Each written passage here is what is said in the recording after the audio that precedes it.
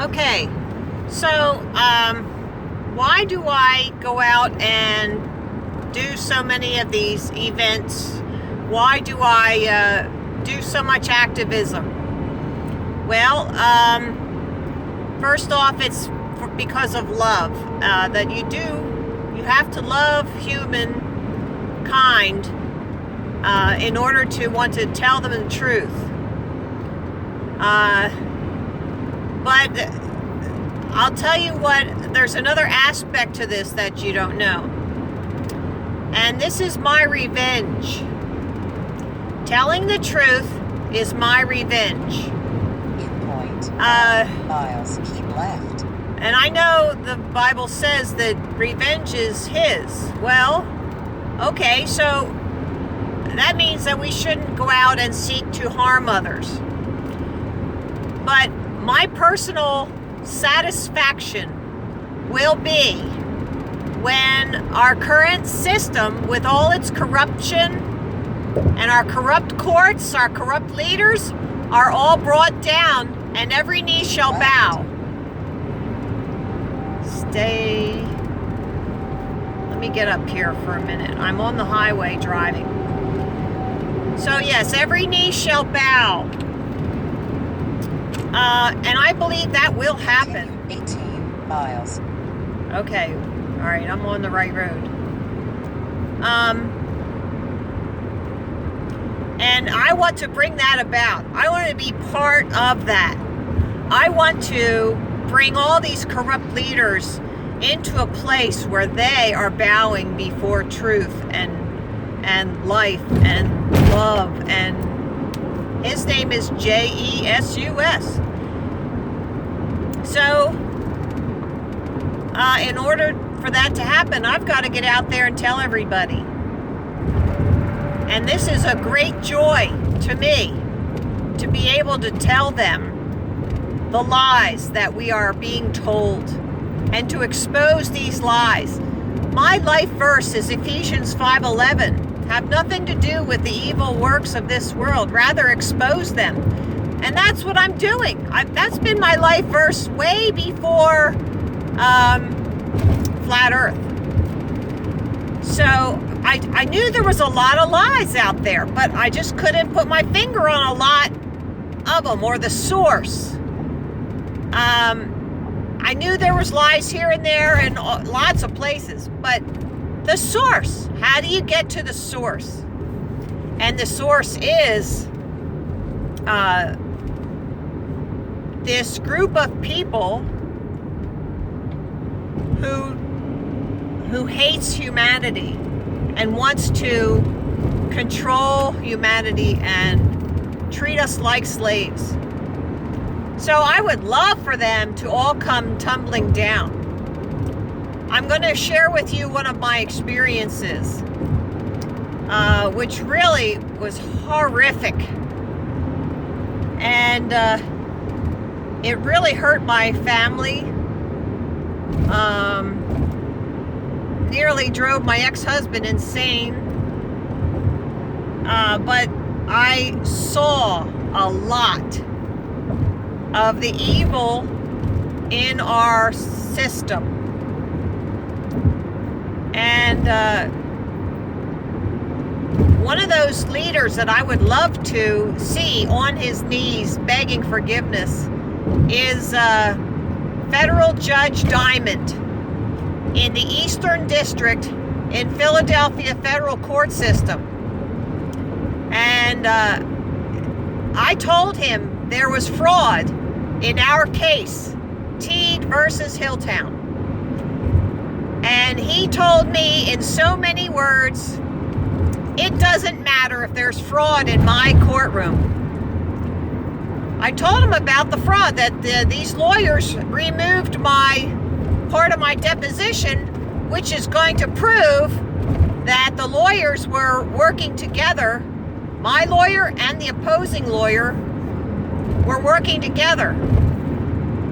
But Federal Judge Diamond didn't care. So, telling the truth is our ammunition. get the truth out there, and those who have ears, let them hear. Our court system is totally corrupt. And if there's any good judges that are listening to this, then it is your duty, it is your job to make sure that the other ones, that your cohorts, all right, that the other judges are being honest and are obeying the law, because they all are not. If you want to be called Your Honor, then you ought to be honorable. But I have no respect for a judge who does not revere truth in the first position, tantamount, highest pinnacle. And he is protecting those attorneys in our case. They took out part of my deposition. And just like I've heard other flat earthers say, I thought it was me. I thought I was the one who was wrong. No, friends, we are not the ones who are wrong. Just think of how many people who have never been in a court case and they don't understand it. My ex-husband and I used to say, deer headlights, the deer in the headlights. You know, when you drive around a corner in the country, I don't know if you've experienced this, there was a field right where we lived, and every time we came around that corner, our headlights would shine, and all the deer would look at us, and we'd see like dozens of little glowing eyeballs. But when you're driving down the road, a deer sees you in the headlights, they freeze too. So it's like deer in the headlights. When you start telling people about your experience, how these federal judges, they don't care about fraud. They don't care.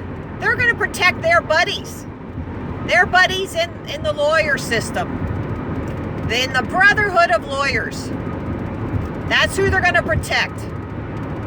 So, fraud, that doesn't matter in their courtroom. As long as their buddies are protected, that's what they care about. So, Federal Judge Diamond, I am waiting for the day when you are on your knees in front of Jesus, begging forgiveness. Do you think he will forgive you? We shall see. You make good in this case. You get the fraud out of your courtroom. You make a good judgment in this case. And there's no statute of limitations on fraud. So don't tell me it's too late and I should have known better long ago. No, that's unacceptable. So let's get truth back in our courtrooms. And the scriptures talk about that too. When the leaders are wicked, the people moan. And it is really horrible what's happening to our country. Really, really horrible. Look into how our Constitution was turned into a document for a corporation. Well, I think it was 1871 or something, 1781, one of those numbers. Yep, the lawyers took over, changed it, and I think the only difference is one says of the people, the other says for the people. Constitution for the people, or is it Constitution of the people? You look into that. They're very clever about how they use words. Here's a good example. You go in the grocery store and you're looking for sliced cheese. One says real cheese, and it has a trademark sign on it. Well, they trademarked the name real. Doesn't mean the cheese is real. That's the name of the cheese. You're not getting real cheese, but